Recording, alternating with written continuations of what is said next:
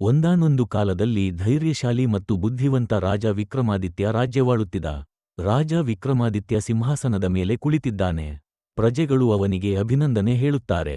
ಒಬ್ಬ ಸಾಧು ಬಂದು ರಾಜನಿಗೆ ವಿನಂತಿ ಮಾಡುತ್ತಾನೆ. ಮಹಾರಾಜ, ಒಂದು ಶವದ ಮೇಲೆ ಬೆತಾಳ ವಾಸಿಸುತ್ತಾನೆ. ಅದನ್ನು ನನ್ನ ಬಳಿಗೆ ತಂದುಕೊಡಿ. ವಿಕ್ರಮಾದಿತ್ಯ, ಅದಕ್ಕಾಗಿ ನಾನು ಸಿದ್ಧನಿದ್ದೇನೆ ಎನ್ನುತ್ತಾನೆ.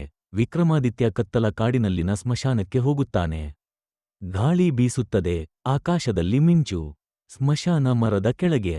ದೃಶ್ಯ: ಮರಕ್ಕೆ ತೂಗುತ್ತಿರುವ ಶವದಿಂದ ಬೆತಾಳ ಹೊರಬರುತ್ತಾನೆ. ನಗುತ್ತಾ, ಹಾರುತ್ತಾ, ಓ ರಾಜನೇ, ನನ್ನನ್ನು ಹೊತ್ತುಕೊಂಡು ಹೋಗಬಹುದು.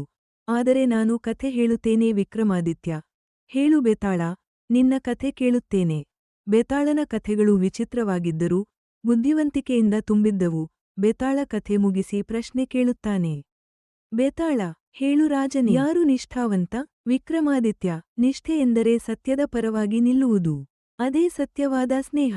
ಬೆತಾಳ ನಕ್ಕು ಹಾರಿ ಹೋಗುತ್ತಾನೆ. ಬೆತಾಳ ಮತ್ತೆ ಬಂದು ರಾಜನಿಗೆ ಹೇಳುತ್ತಾನೆ, ಆ ಸಾಧು ನಿಜವಾದ ಸಾಧುವಲ್ಲ.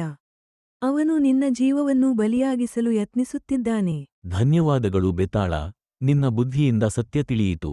ವಿಕ್ರಮಾದಿತ್ಯ ರಾಜಧಾನಿಗೆ ಹಿಂತಿರುಗಿ ಸಾಧುವಿನ ಮೋಸವನ್ನು ಬಯಲಿಗೆಳೆಯುತ್ತಾನೆ. ಜನರು ಹರ್ಷದಿಂದ ಕೂಗುತ್ತಾರೆ, ರಾಜನಿಗೆ ಜಯವಾಗಲಿ, ರಾಜನಿಗೆ